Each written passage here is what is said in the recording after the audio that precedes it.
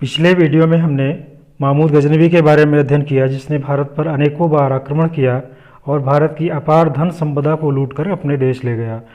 आज हम उस तुर्क सरदार के बारे में अध्ययन करेंगे जिसका इरादा भारत की धन संपदा को लूटना नहीं बल्कि भारत पर अपना साम्राज्य स्थापित करना था, जिसका नाम मोहम्मद गोरी था। गोर का राज लगभग 10,000 फीट की ऊंचाई पर गजनी और हेरात के मध्य में स्थित था, जिसकी प्रारंभिक राजधानी फिरोज कोह नगर थी। इनके सरदार अपने आरंभिक दिनों में गजनवियों और साल्जुकों की अधीनता में शासन कर रहे थे। 1148-49 में एक स्थानीय सरदार पारिवारिक झगड़े के कारण फिरोज कोह नगर छोड़ करके गजनी शरण लेने के लिए आ गया, जिसे गजनी के शासक बैराम शाह ने धोखे से जहर देकर मार दिया। इसका बदला लेने के लिए एक गोर सरदार अलाउद्दीन हुसैन शाह ने गजनी पर आक्रमण कर दिया और एक हफ्ते तक गजनी को लूटता रहा। जाते समय उसने गजनी को आग के हवाले कर दिया। अपनी इस अपार सफलता के बाद उसने जहां सोच की उपाधि धारण की और अलाउद्दीन जहां सोच के नाम से जाना जाने लगा।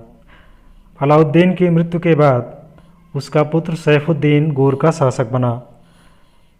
अलाउद्दीन हुसैन शाह अपने भतीजे गयासुद्दीन और शहाबुद्दीन गोरी को कैद कर रखा था, जिसे सैफुद्दीन ने शासक बनते ही आज़ाद कर दिया। सैफुद्दीन ने केवल 1 वर्ष तक ही शासन किया, जिसे एक विद्रोही सरदार ने धोखे से मार दिया। सैफुद्दीन की मृत्यु के बाद शहाबुद्दीन गोरी के बड़े भाई गयासुद्दीन गोरी को गोर का शासक बनाया गया। उसके समय में गोर राजवंश का बहुत अधिक विस्तार हुआ, जिसमें उसके छोटे भाई शहाबुद्दीन गोरी ने उसकी भरपूर मदद की। मोहम्मद गोरी ने गजनी को अपना मुख्य स्थल मानकर भारत पर कई बार आक्रमण किए। उसने सबसे पहला आक्रमण 1175 ईस्वी में मुल्तान पर किया तथा 1176 ईस्वी में उसने उच्च पर आक्रमण किया और इन दोनों स्थानों पर उसने विजय हासिल की। 1178 ईस्वी में गोरी ने गुजरात पर आक्रमण किया, किंतु चालुक्य सरदार मूलराज द्वितीय से वह पराजित हो गया और यह भारत में उसकी पहली पराजय मानी जाती है। 1191 ईस्वी में गोरी और पृथ्वीराज चौहान के बीच तराइन का पहला युद्ध हुआ, जिसमें मोहम्मद गोरी की पराजय हुई। वो लगातार भारत में हार रहा था, किंतु हतोत्साहित नहीं हुआ। 1192 ईस्वी में वो एक वर्ष की तैयारियों के बाद फिर से उसने दिल्ली पर आक्रमण किया और तराइन के द्वितीय युद्ध में पृथ्वीराज चौहान को पराजित करने में सफल हुआ। 1194 ईस्वी में उसने चंदावर के युद्ध में कन्नौज के शासक जयचंद को भी पराजित किया। अब हम देखेंगे कि राजपूतों की पराजय के प्रमुख कारण क्या थे।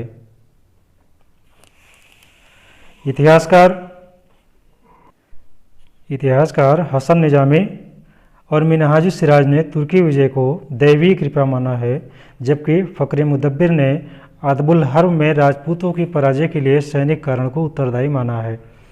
उनका मानना है कि तुर्कों की गतिशील अश्वारोही सेना तथा राजपूतों की सामंती सेना की दुर्बलता के कारण राजपूतों की पराजय हुई।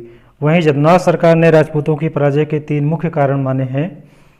पहला कारण है इस्लाम में भाईचारे की भावना, दूसरा है भाग को पूरी तरह अल्लाह के भरोसे छोड़ देना और तीसरा है शराब न पीना। भारत में छोटे छोटे राज्यों की स्थिति तथा उनमें आपसी देश तथा सामंतीकरण की बढ़ती प्रक्रिया भी राजपूतों के पराजय का प्रमुख कारण बनी। वर्ण तथा जात व्यवस्था के कारण भारतीय समाज कई भागों में बटा हुआ था। उच्च वर्ग की श्रेष्ठता के कारण भारतीय समाज विदेशों से संपर्क स्थापित नहीं कर सका, क्योंकि समुद्री यात्रा को धार्मिक अपराध माना जाता था। अल बिलादुरी के अनुसार हिंदुओं को यह विश्वास है कि अन्य कोई देश उनके जैसा श्रेष्ठ नहीं है, इनके जैसा कोई राजा नहीं है तथा उनके शास्त्रों जैसा कोई शास्त्र नहीं है। अलबरूनी भी लिखता है कि उनके पूर्वज इतने संकीर्ण नहीं थे जितनी कि वर्तमान पीढ़ी संकीर्ण है। धार्मिक दृष्टि से भारत अनेक संप्रदायों तथा उप संप्रदायों में विभाजित था। इस्लामी समाज की स्थापना के समय एकता के समक्ष भारतीय एकताबद्ध होकर के गोरी का प्रतिरोध नहीं कर सके। राजपूतों की पराजय का प्रमुख कारण सैनिक महत्व का है, जो सबसे ज़्यादा महत्वपूर्ण है। भारत के राजा जैसे भोज परमार, पृथ्वीराज चौहान, जयपाल, भीम और गंडयाद बहुत बड़े साहसी योद्धा थे, किंतु वे महमूद गजनवी तथा गोरी की तुलना में कुशल सेना नायक नहीं थे। तुर्की सेना के प्रमुख आधार गतिशील अश्वारोही थे, जबकि भारतीय सेना मुख्य रूप से हाथियों पर निर्भर थी, जिनकी गति धीमी थी। तुर्की अश्वारोही दौड़ते हुए घोड़ों पर बैठकर तेजी से तीर चला सकते थे, जो उनकी सेना को भारतीय सेना की अपेक्षा गतिशील बनाती थी। इसके अलावा तुर्क आधुनिक युद्ध प्रणाली से भी परिचित थे।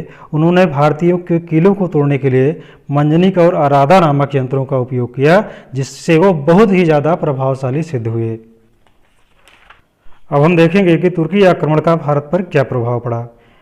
दिल्ली सल्तनत चूँकि फारसी परंपरा पर आधारित थी, सैद्धांतिक रूप से दिल्ली सल्तनत पूर्वी खिलाफत के अधीन थी। अपने पद को स्थायित्व प्रदान करने के लिए सुल्तान खलीफा के नाम का सहारा लेते थे तथा अपने को उसका अधीनस्थ प्रतिनिधि कहकर खलीफा की मान्यता प्राप्त करते थे।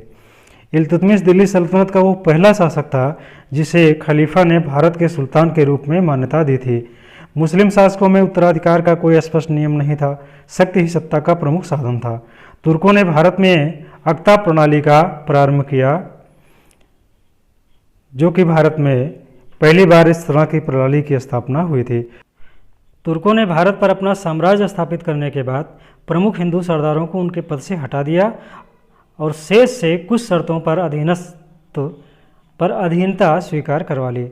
शासक वर्ग का जमीन के किसी विशेष हिस्से पर अधिकार नहीं रहा, सारा अधिकार राजा के हाथों में केंद्रित हो गया। इससे सामंतवादी प्रथा का ह्रास हुआ। ग्रामीण सभ्यता में कोई विशेष परिवर्तन नहीं हुआ।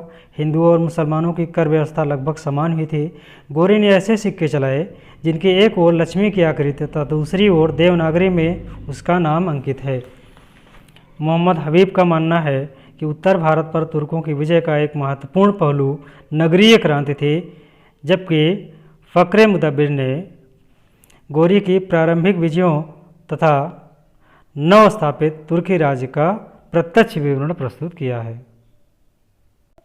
आज की वीडियो में बस इतना ही। आगे हम भारत में तुर्की साम्राज्य की स्थापना और कुतुबुद्दीन ऐबक के बारे में पढ़ेंगे। उसके बाद हम इस पर एक प्रश्नोत्तर की सीरीज करेंगे। धन्यवाद।